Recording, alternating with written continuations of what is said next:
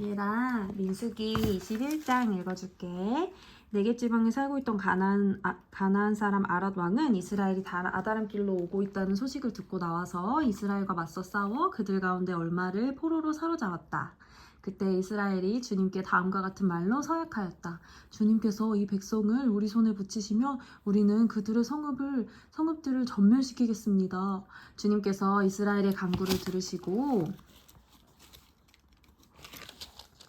그 가나안 사람을 그들의 손에 붙이시니 이스라엘이 그들과 그들의 성읍들을 전멸시켰다. 그리하여 사람들은 그곳 이름을 호르마라고 부르게 되었다. 그들은 에돔 땅을 돌아서 가려고 호르산에서부터 홍해길을 따라 나아갔다. 길을 걷는 동안에 백성들은 마음이 몹시 조급하였다. 그래서 백성들은 하나님과 모세를 원망하였다. 어찌하여 우리를 이집트에서 데리고 나왔습니까? 이 광야에서 우리를 죽이려고 합니까? 먹을 것도 없습니다. 마실 것도 없습니다. 이 보잘것없는 음식은 잔소리가 납니다. 그러자 주님께서 백성들에게 불뱀을 보내셨다. 그것들이 사람을 무니 이스라엘 백성이 많이 죽었다. 백성이 모세에게 와서 간구하였다. 주님과 어른을 원망함으로써 우리가 죄를 지었습니다. 이 뱀이 우리에게서 물러가게 해달라고 주님께 기도하여 주시기를 바랍니다. 그리하여 모세가 백성들을 살려달라고 기도하였다. 주님께서 모세에게 말씀하셨다. 너는 불뱀을 만들어 기둥 위에 달아놓아라. 물린 사람은 누구든지 그것을 보면 살 것이다. 그리하여 모세는 구리로 뱀을 만들어서 그것을 기둥 위에 달아놓았다. 뱀이 사람을 물었을 때 물린 사람은 구리로 만든 그 뱀을 쳐다보면 살아났다. 이스라엘 자손은 그곳을 떠나서는 오봇에 이르러 진을 쳤다. 오봇을 떠나서는 이에아바림에 이르러 진을 쳤다. 그것은 모압 맞은편 해돋는 쪽 광야이다. 또 그곳을 떠나서는 세렉 골짜기에 이르러 진을 쳤다. 또 그것을 떠나서는 아르논 강에 이르러 북쪽 강변을 따라 진을 쳤다. 그곳은 아모리 사람의 경계로 이어지는 광야이다. 아르논 강은 모압과 아모리 사이에 있는 모압 경계이다. 그래서 주님의 전쟁기에도 다음과 같은 말이 있다. 수바 지역의 와헌 마을과 아르논 골짜기와 모든 골짜기의 비탈은 아르고울로 뻗어 있고 모압 경계에 닿아 있다. 그들은 그곳을 떠나서 브엘에 이르렀다. 브엘은 주님께서 모세에게 백성을 모아라 내가 그들에게 물을 주마 하고 말씀하신 바로 그 샘이 있는 곳이다. 그때 이스라엘은 이런 노래를 불렀다. 샘물아 솟아나라 모두들 샘물을 노래하여라. 지도자들이 파고 백성의 원로들이 땅의 통치 지팡이들로 터뜨린 샘물이다. 그들은 그 광야를 떠나 mat다나에 이르렀다. mat다나를 떠나서는 나할리엘에 이르고 나할리엘을 떠나서는 바못에 이르렀다. 바못을 떠나서는 비스가 산 꼭대기 부근 광야가 내려다 보이는 모압 고원지대의 한 골짜기에 이르렀다. 거기에서 이스라엘은 아모리 왕 시혼에게 사신들을 보내어 요청하였다. 우리가 임금님의 땅을 지나가도록 허락하여 주십시오. 밭이나 포도원에는 들어가지 않겠습니다. 샘물도 마시지 않겠습니다. 임금님의 영토 경계를 다 지나갈 때까지 우리는 왕의 길만 따라가겠습니다. 그러나 시혼은 이스라엘이 자기 영토를 지나가는 것을 허락하지 않았다. 오히려 그는 이스라엘을 맞아 싸우려고 군대를 모두 이끌고 광야로 나왔다. 그는 야하스에 이르러 이스라엘을 맞아 싸웠다. 그러나 이스라엘이 도리어 그를 칼로 쳐 죽이고 아르논에서부터 야복에 이르기까지 그 땅을 차지하였다. 이스라엘이 거의 암몬 자손에게까지 이르렀으나 암몬 자손의 국경은 수비가 막강하였다.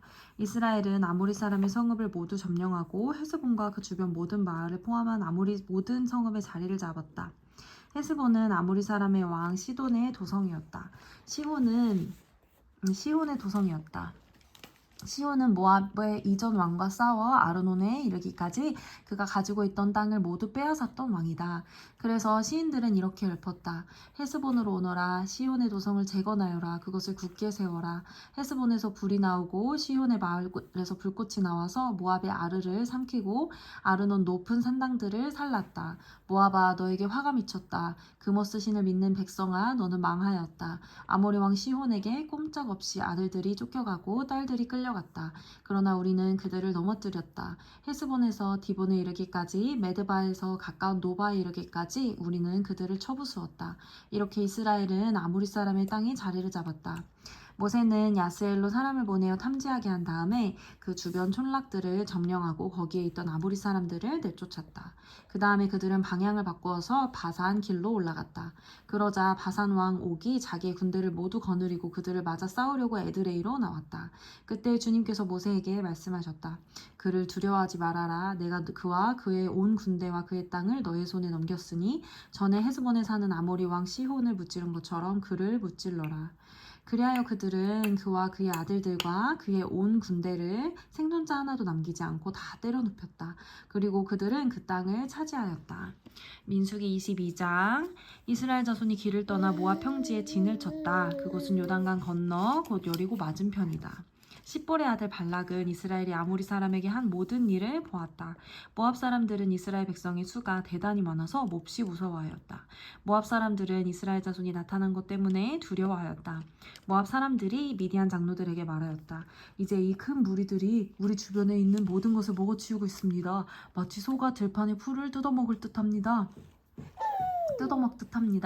십볼의 아들 발락은 그 당시 모압의 왕이었다. 그는 부올의 아들 발람을 불러오라고 사신들을 불돌로 보내어 말을 전하게 하였다. 그때 발람은 그 큰 강가 자기 백성 자손들이 사는 땅 부돌에 있었다. 발락이 한 말은 다음과 같다. 한 백성이 이집트에서 나와서 온 땅을 덮고 있습니다. 드디어 바로 나의 맞은편에까지 와서 자리를 잡았습니다. 이제 오셔서 나를 보아서 이 백성을 저주하여 주시기 바랍니다. 그들은 너무 강해서 나로서는 도저히 감당할 수 없습니다. 그렇게만 해주신다면 나는 그들을 쳐부수어서 이 땅에서 쫓아낼 수 있을 것입니다. 그대가 복을 빚는 이는 복을 받고 그대가 저주하는 이는 저주를 받는다는 것을 나는 잘 알고 있습니다. 모압 자손과 미디안 장로들은 길을 떠났다. 그들은 복채를 가지고 갔다. 발람에게 이르렀을 때 그들이 발락이 자기들에게 한 말을 전하였다. 그러자 발람이 그들에게 말하였다. 오늘 밤은 여기에서 지내십시오. 주님께서 나에게 하시는 그 말씀을 들어본 다음에 알려드리겠습니다. 그리하여 모압 고관들은 발람과 함께 머물렀다. 하나님이 발람에게 오셔서 물으셨다. 너와 함께 있는 이 사람들이 누구냐? 발람이 하나님께 아뢰었다. 십볼의 아들 발락 곧 모압 왕이 저에게 보낸 사신들입니다. 이집트에서 한 백성이 나왔는데 그들이 온 땅을 덮었다고 합니다. 저더러 와서 발락에게 유리하도록 그 백성을 저주하여 달라는 부탁을 하였습니다. 그렇게만 해준다면 발락은 그 백성을 쳐부수어서 그들을 쫓아낼 수 있겠다는 것입니다. 하나님이 발람에게 말씀하셨다. 너는 그 사신들과 함께 가지 말아라. 이집트에서 나온 그 백성은 복을 받은 백성이니 저주하지도 말아라. 다음날 아침에 발람이 일어나 발락이 보낸 고관들에게 말하였다. 당신들의 나라로 돌아가시기 바랍니다. 주님께서는 내가 당신들과 함께 가는 것을 허락하지 않으십니다. 그리하여 모압 고관들은 일어나 발락에게로 돌아가서 보고하였다. 발람이 우리와 함께 오기를 거절하였습니다. 발락은 사람들을 더 보냈다. 수도 늘리고 처음에 갔던 이들보다 직위도 높은 사람들이었다. 이들이 발람에게 가서 말하였다. 십볼의 아들 발락이 말합니다. 아무것도 거리끼지 말고 나에게로 오시기 바랍니다. 내가 그대에게 아주 후하게 보답하겠고 또 그대가 나에게 말씀하시는 것이면 무엇이든지 하겠습니다. 꼭 오셔서 나에게 좋도록 저 백성에게 저주를 빌어주시기 바랍니다. 그러나 발람이 발락의 시내들에게 이렇게 대답하였다. 발락이 비록 그의 궁궐에 가득한 금과 은을 나에게 준다 해도 주 나의 하나님의 명령을 어기고서는 크든 작든 아무 일도 할 수 없습니다. 그대들은 오늘 밤은 이곳에서 묵으십시오. 주님께서 나에게 무엇을 더 말씀하실지 알아보겠습니다. 그날 밤에 하나님이 발람에게 괜찮아? 천천히 먹어. 그날 밤에 하나님이 발람에게 오셔서 말씀하셨다. 이 사람들이 너를 부르러 왔으니 너는 일어나 그들과 함께 가거라. 그러나 내가 너에게 하는 말만 하도록 하여라. 발람은 아침에 일어나 자기 나귀의 안장을 얹고 모압 고관들을 따라서 길을 나섰다. 그러나 그가 길을 나서는 것 때문에 하나님이 크게 노하셨다. 주님의 천사가 그의 대적자가 되어 그 길에 서서 가로막았다. 발람은 자기 나귀를 탄 채로 있었고 그의 두 종이 그와 함께 있었다. 나귀는 주님의 천사가 칼을 빼어 손에 들고 길에 선 것을 보고 길을 벗어나 밭으로 들어갔다.